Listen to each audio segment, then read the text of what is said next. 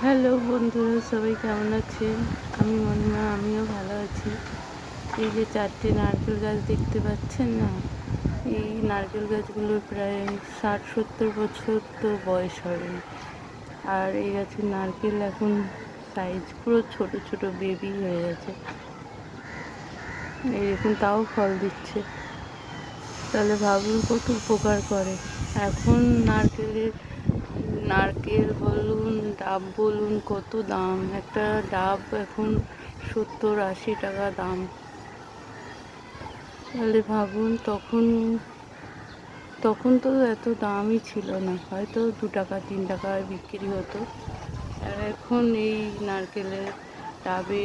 নারকেল হয়তো 50-60 টাকা, আর ডাব এরকম। দেখুন, এই গাছগুলো এখনো উপকার করছে আমাদেরকে।